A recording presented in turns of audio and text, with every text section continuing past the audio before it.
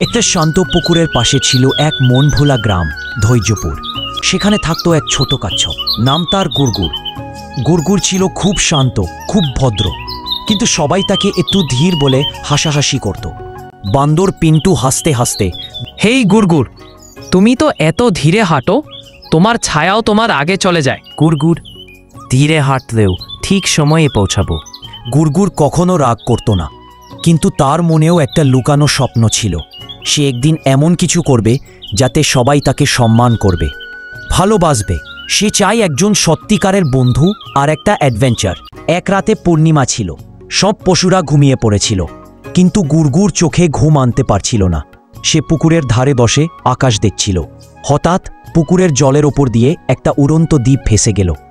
তার গায়ে লেখা, যে আমায় খুঁজে পাবে সে পাবে তার জীবনের সেরা উপহার। গুড়গুড় চোখ বড় করে, উড়ন্ত দ্বীপ, এ তো একেবারে জাদু, আমায় এর পেছনে যেতেই হবে। সে ব্যাগে কিছু খাবার, একটা ছোট মানচিত্র আর প্রিয় পাথরটা নিয়ে রওনা দিল।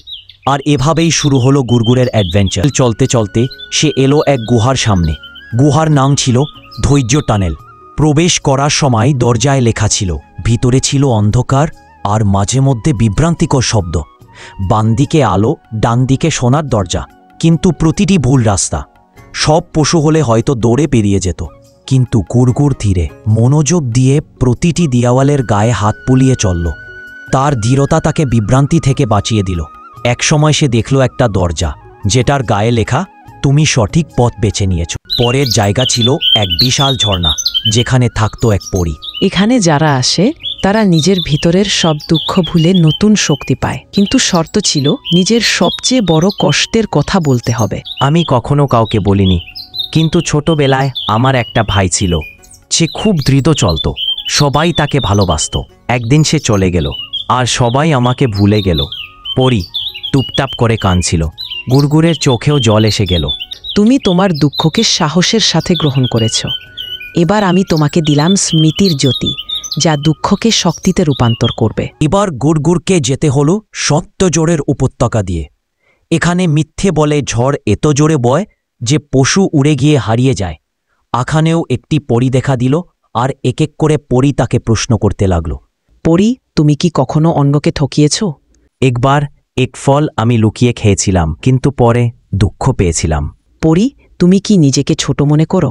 হ্যাঁ, সবাই হাসে বলে আমার মন খারাপ হয়। একটা উড়ন্ত দ্বীপ নেমে এলো তার সামনে। উড়ন্ত দ্বীপ বলল, দ্বীপ, তুমি 3টি সত্যি পরীক্ষায় উত্তীর্ণ হয়েছ। এখন আমি তোমাকে 3টি উপহার দেব। আত্মবিশ্বাসের আগুন, তুমি যখন নিজেকে ছোট মনে করবে, এটা তোমায় মনে করিয়ে দেবে তুমি কত বড়। দা সত্যতার পালক, তুমি যখন এই পালক দেখাবে, কেউ তোমার কথা ভুল বুঝবে না। বন্ধুত্বের আলো, তুমি যেখানে যাবে বন্ধুত্বে ছড়িয়ে পড়বে। হঠাৎ চারদিক আলোয় ভরে গেল। গুড়গুড় নিজের শরীরে শক্তি অনুভব করল। সে ফিরে এলো গ্রামে। গ্রামে ফিরে সবাই দেখতে পেল গুড়গুড় বদলে গেছে।